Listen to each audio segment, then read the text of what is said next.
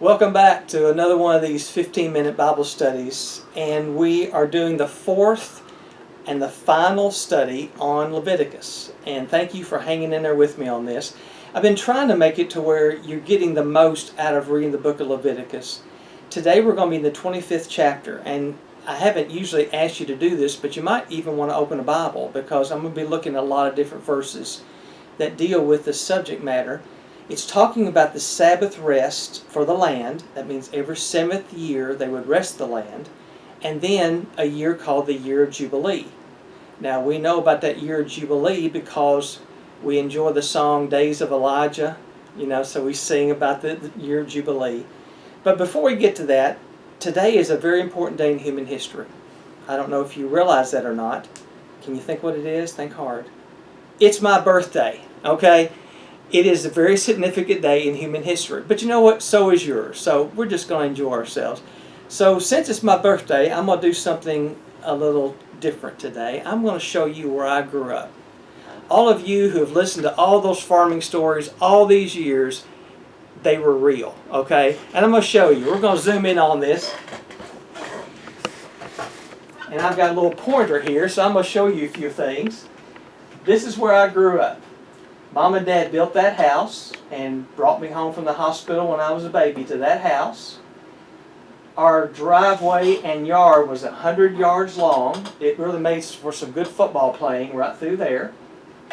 Mom, when she went back to school after having 3 children, she had her own money, so she remodeled the house, added a 3rd bedroom, added a carport, and then she also put in an in-ground pool. Now, if you remember the Beverly Hillbillies, that would be known as a cement pond. Now, Dad had 5 ponds on the farm. We used it for watering livestock, we used it for irrigation, and of course fishing and swimming. I've either swam in or fell through the ice in every one of the 5 ponds growing up. And Dad wasn't too wild about the 6th pond, but Mom was kind of insistent. The neat thing about it is all of Mom's grandkids learned how to swim in that pool right there. So that's kind of neat. I have a brother and a sister. My sister's a teacher. My youngest brother is in banking. So my mom would say, I've got 3 children. 1 preaches to the people, 1 teaches the people, and 1 takes their money. And that's exactly true. But all 3 of us were raised right there in the house. And I guess a neat kind of thing too is Mom and Dad both, we got a chance to keep them at home when they passed away. So both of them passed away in that home. Right now, my sister's oldest son and his wife, they now are living in this house. So now the 4th generation of Dentons are living on this one set of one plot of land right here. There's the dairy barn. Dad built that the year I was born, and there's where I spent a lot of time. Twice a day, 7 days a week, 365 days a year, hot or cold, sunshiny or storming, whether you wanted to or not. Right there is where it was done. This barn was built, there's the hay barn right there, and I've seen hay stacked all the way to the rafter. It's hard to understand how tall that is, but when you're throwing hay that high, it's high. The cows would stand right there before they would come in to be milked. They would go into the milk parlor and then they would exit the other side. Now you may see some weeds and things kind of tall, this grass is kind of tall. This was taken in the mid-'80s, this picture was taken. We had quit milking in 1977. So that's the reason why some of it's grown up. All that would not have been there if you had a bunch of cows walking and eating all the time. That barn right there Dad built is called a stanchion barn. That's the official name, but what it basically was, it was a place where the cows could go. If there was a storm coming, they could get inside there. They had individual stalls that they could lay down. On really cold days, they would go in there. We would raise calves in there a lot of times. And so that's something Dad built to try to make life a little bit easier on the cattle, especially in harsh weather. These are silos. Now, the first one Dad built was 40 feet tall. You can kind of tell the different color of the concrete blocks. It was 40 feet tall. It didn't have a roof, and it didn't have an automatic unloader. So we would climb up on the inside of that part right there, and you would physically throw it out. It'd go down that chute, and the cows would eat it down here. Later, he added 20 more feet, put a roof on it, and an automatic unloader. And that was awful nice when that was done. That was a 14 by 60. Then later Dad built the other one. That's a 16 by 70. So Dad and I could fill both of those silos, just the two of us. I would run the machine that would cut the corn up, and Dad would run the wagons and bring it there and put it in the silos. Maybe you can tell just by me talking about this, I'm really attached to this farm. I'm really attached to that land. I mean, that was my growing up years. And what I want to talk about today is the reason why Israel was so attached and is so attached to this day for the land there. That's the reason why they fight for it so much. They were attached to that land. And let me talk about that just a little bit today. The two parts of the 25th chapter that we're going to deal with. The first is the Sabbath year of rest for the land. Now that's verses 1 through 7. It's also talked about in Exodus 23, verses 10 and 11. Let me just read this. For 6 years you are to sow your fields and harvest the crops, but during the 7th year let the land lie unplowed and unused. Then the poor among your people may get food from it, and the wild animals may eat what they leave. Do the same for your vineyards and for your olive groves. Now think about this just a moment. They would farm their land for 6 years, but on the 7th year they would do no farming whatsoever. Now the Lord over the years had made covenants with people, starting all the way back to Adam. There was a covenant in Genesis chapter 2, verses 15 and 16. It's the covenant of works. God had said, you obey me, I'm going to give you a garden that you are to till for me. And he was to obey God completely. And the thing about it is there was only one rule. Don't eat from a certain tree. And it was too much for him. He couldn't even handle one rule. And what happened was the fall of man. The second covenant that you find in the Bible is the covenant with Noah. After the flood, Genesis 8 and chapter 9, it's a covenant of life is what I call it. It's where God promised never again to destroy the entire world with a flood. The sign that went along with that covenant is the rainbow. And we see that to this day. The next covenant was with Abraham. This is found in Genesis 15. It's a covenant of faith. We are saved by faith because of what God had shown Abraham. God had promised him, you're going to have more people in your family than you can count. And he didn't have any children at that point. But he believed God, and God counted it as righteousness. And what that means is a salvation experience. You and I are saved by faith, and it shows itself in the covenant of faith with Abraham. Now again, each covenant had a sign, and the sign of the covenant of faith was circumcision. And the reason for that is that's how procreation happens, and God put the sign in their flesh to remind themselves that God had made a promise to them. The fourth covenant that you find in the Bible is the covenant with Moses. And it was the law, specifically the Ten Commandments. But the reason I'm telling you all this is because this is really neat. Do you know what the sign of the covenant of the law is? It's the Sabbath. The Sabbath is the sign of the covenant. And you say, no, why the Sabbath? Why not the Ten Commandments? Because no other people on the face of the earth took one whole solid day off and trusted God during that time. That showed the entire world that these are God's people. The Sabbath rest, now this is for the Jewish people. Doesn't apply to Christians today, but to the Jewish people, that Saturday, that Sabbath rest was the sign of the covenant. But let me give you one more. There's a new covenant that Jesus brought about, and it was the covenant of grace. And it's the covenant that you and I, as saved people, have entered into with Him. And you know what the sign of that is? It's the Lord's Supper. In Luke chapter 22, verse 20, Jesus said, this is the sign, my blood is the covenant. And each covenant had a sign of blood. Now the word Sabbath itself means to rest. It means to do no work. The Sabbath would point back to creation, when God created the whole world, the heavens and the earth and everything in it, including Adam, and then on the seventh day He rested. Not because He was tired, but God sat back and looked at everything He had done, and He said it is good. In fact, that's why from time to time we might need to take just a moment of our week on Saturday or Sunday and think about, what all have I done this week? It's a good way of focusing, what have you accomplished, or what have you done? What could you have done better? It's always good to kind of contemplate, and that's what God had shown us. But the Sabbath also had pointed back to the time where Israel was brought out of the land of Egypt. This is found in Deuteronomy chapter 5, verses 12 through 15. It's the retelling of the Ten Commandments. But the Sabbath also points forward to a time when Jesus will give eternal rest to His people in heaven. So the Sabbath rest is a big deal. Now, how do you do resting the land? What was that about? Well, how did that work? Well, now think about the Sabbath. They would work 6 days. On the 6th day, God would give them enough food to last the 7th day, so they weren't to do any farming, they weren't to do anything. They had enough food in the house. They just ate it on that 7th day. Now that's a test of faith, to believe that I don't need to do anything on the Sabbath. God's going to provide my needs. Now, the Sabbath year worked much the same way. They would sow and reap for 6 years. God would give a bumper crop on the 6th year, and the 7th year, they were not to do anything.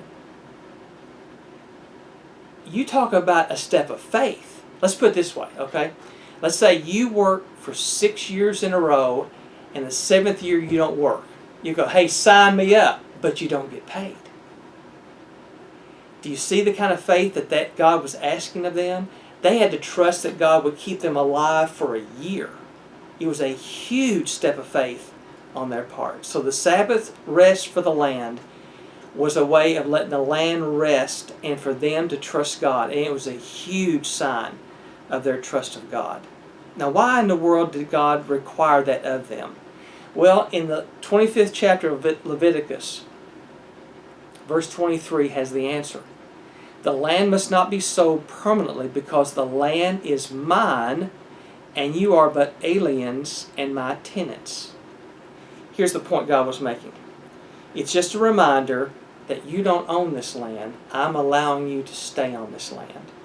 It's a good reminder for us as well. We don't really own anything. We are tenants. We are stewards of what God has given us. Now, this command was for Israel, but I can remember my dad. He believed in letting the land rest every 7 years. In fact, he would farm a field. On the 7th year, he would either sow it in pasture for the cows to come and graze on it, or he would sow it in hay. And for 4 years then, he would raise hay, and then he would go back to raising crops. So farmers still kind of carry that on. It's not the same thing as ancient Israel, but they carried on that idea. Modern farming today, with crop rotations and fertilizer and lime, no-till farming to where the land doesn't get washed away, there's no need to rest the land. But I will have to say, I'm a little concerned about what all these pesticides and insecticides are doing to the food we eat and the water that we drink. But that's discussion for another day. Now, here's something that is very interesting. Scripture tells us that Israel never practiced the 7th day of rest. God told them to do it, but they never did it. Why didn't they do it? They didn't have that kind of faith. They never let the land rest for the 7th year. Now, you remember the kingdom was one kingdom. They divided the northern kingdom and the southern kingdom. The northern kingdom was taken away by the Assyrians, and they never came back. The southern kingdom, God kept saying, you better do what I say. Jeremiah said, you better do what he says. They didn't do it. Babylon came and got them, took them off into Babylon for 70 years. In fact, Jeremiah chapter 25 verse 11 and chapter 29 verse 10, Jeremiah said, you will be taken away for 70 years. Leviticus chapter 26, the very next chapter, God warned them, this is what I'm going to do to you. If you don't do the Sabbath rest, one of these days I'm going to take you completely out of the land. Well, that's what happened. They took him completely out of the land for 70 years. And I thought, why 70? Then I found this. 2 Chronicles chapter 36. It says in verse 19, they, talking about the Babylonians, they set fire to God's temple and broke down the wall of Jerusalem. They burned all the palaces and destroyed everything of value there. He carried into exile to Babylon the remnant who escaped from the sword, and they became servants to him and his sons until the kingdom of Persia came to power. Now listen to this. The land enjoyed its Sabbath rest until the 70 years were completed in fulfillment of the word of the Lord spoken by Jeremiah. There it is. Do you know why Israel got carried out of the land for 70 years? Because they didn't do this one commandment. God doesn't mess around. He doesn't play. If He tells you to do something, you might ought to do it. Because exactly now, here's what I did. I thought, yeah, but there's something about 70. Why not 40? Why not 100? Well, 7 is the number of perfection. 70 means the fulfillment of years. So I started figuring it out. I thought, well, maybe for every year they didn't do the Sabbath rest, God made them stay a year in captivity. And I tried to work out all the math and I couldn't make it work. So finally I looked at this. Solomon's temple was dedicated in 586 BC. That temple was destroyed by Nebuchadnezzar. The Israelites who came back 70 years later, they rebuilt the temple. It was the second temple. This was the temple that Jesus came to. That temple was dedicated in 516 BC. 586 BC, destruction of the first temple, minus 516 BC, the building of the second, is exactly 70 years. That just shows you man couldn't write this. God had this written for a reason, and the land got its 7th year rest. Okay, that's that one. Hang on. I know we're going a little long, but just stay with me. The year of Jubilee. Okay, the year of Jubilee. The word Jubilee means the ram's horn. In other words, when they would blow the horn or the trumpet. So when Philip and Caleb blow their horn, just shout Jubilee. Or maybe not, okay?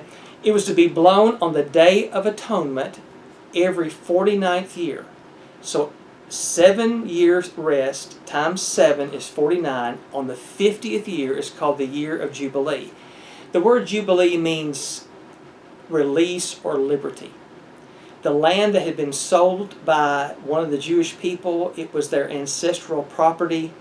On that 50th year, they would get that back.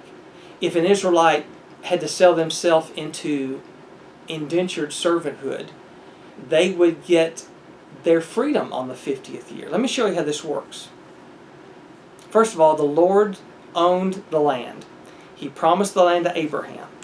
All of his descendants were going to have a chance to have a little spot of their own land. When Joshua led them into the promised land, all the 12 tribes got a little section. Think of it as a nation with 12 states. All right? All the tribes got land except the Levites. The Levites was the priestly tribe. They didn't get land, they got cities. So they were scattered all over the land, and here their job was this. Their job was, they were kind of like the local government officials. If there was a dispute or someone didn't know exactly how to handle a situation, they would come to the Levites.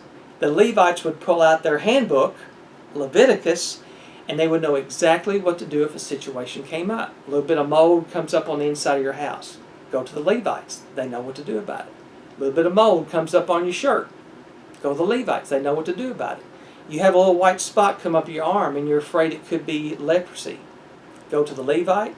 They take a look at it and they say, okay, you need to quarantine for 7 days. 7 days later, they would come back and look at it. If it was healing, then it wasn't leprosy, but they had to quarantine for another 7 days. That's 14 days. Wait a minute. Where do we hear that today? If you think you have the coronavirus, what do? They quarantine you for 14 days. You see, present day is not that far away from Leviticus as we thought it was. All right, just a little tidbit to think about. Now, it would be difficult for us to relay to one another the deep feeling the Israelites had for the land of Canaan, or we know the land of Palestine. I mean, I love this farm, but that's not even close to compare how the Jews loved their land. Probably the closest we could come would be how you felt about heaven. That's your forever place. Well, to them, that is their forever place. That's why they fight for it today. It means something to them. So let me give you an example. Let's say that a family in a tribe got their own little spot of land, and then they fell into financial difficulty. Say there was a drought for 2 or 3 years, and they just couldn't make it. So what they would do is they would sell their land to a neighbor, a fellow Israelite, and they would keep that land into the year of Jubilee. Now here's how that worked. Let's say the land was worth, say, $100,000, just to make it easy to try to figure out. $100,000. For 50 years, divide 100,000 by 50, so that's $2,000 a year. Let's say your fellow Israelite, it's 10 years to the year of Jubilee, and he can't make it. And he says, I'm going to sell you my land. Well, how do you know what to pay for it? $2,000 a year until the next year of Jubilee. If it's 10 years, it's $20,000. So in essence, what they did, they didn't actually buy the land, they basically leased the land. 10 years later, all the land goes back to the original owner. You see how that worked? Now God did that for a few reasons, and one of the reasons was that it gave the people an opportunity never to be separated from their forever inheritance. It was passed down generation after generation after generation. Some of the Israelites who may have gotten really poor, they would actually put themselves into indentured servitude, as I said a while ago. But at the year of Jubilee, they would be set free as well.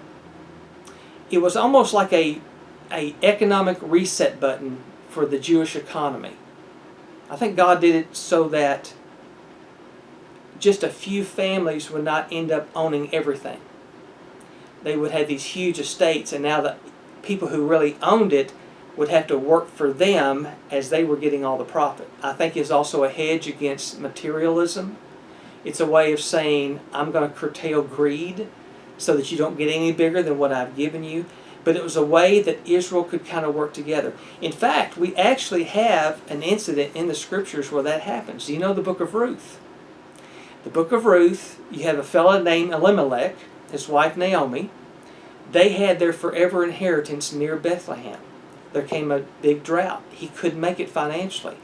So he moved to Moab with his 2 boys. His 2 boys married Moabite girls. But then the dad died, the 2 boys died, and now you got 3 widows. They can't make it. So Naomi decides to go back to Bethlehem, back to her forever inheritance. Ruth, her daughter-in-law, went with her. When they came back there, they had no land, they had no way of making a living. But there was a near kinsman named Boaz. Boaz leased her land and also married Ruth. That union became the great-grandparents of King David. So you actually see it working out in the book of Ruth. So, I'm going to conclude with this. This kind of helps you understand the attachment that Israel had to their land. I mean, I'm 62 years old today. I was brought back to that farm at 5 days old. I know every single spot on that farm. To this day, I can take you to the boundary lines, and there's some of those spots I hadn't walked in 40 years, but I know exactly where it is. That's just after 62 years.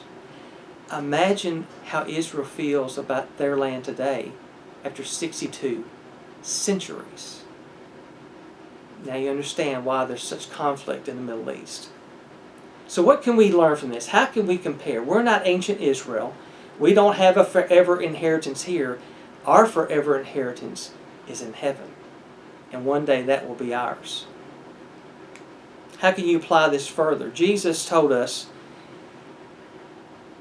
that we are to show that we trust Him relationally, socially, economically, morally. How would He have us show Him that we trust Him? When the Lord God, our Heavenly Father, tells us something, He means it, because He knows there's consequences if we don't. If we can learn anything from the Leviticus 25, we should learn this. When God tells us to do something, there's a good reason for it. If we choose not to do it, then the consequences land right on us. The Levites were supposed to teach this to the people. Either the Levites didn't do their job, or the people didn't listen. whatever the reason, they all had to leave. Something to think about. Let's pray together. Father, I thank you that you've written your word down, but I know sometimes for us it's hard to obey it. It's hard to believe it. It's easy to think like our culture that we should be able to do anything we want, anytime we want, with whatever we have. But Lord, you've taught us to trust you. Trust you economically, trust you relationally, trust you socially. Even in the middle of a pandemic, to trust that you will get us through safely. Help us, Father, to take your commandments as serious as you gave them. In Jesus' name we pray. Amen.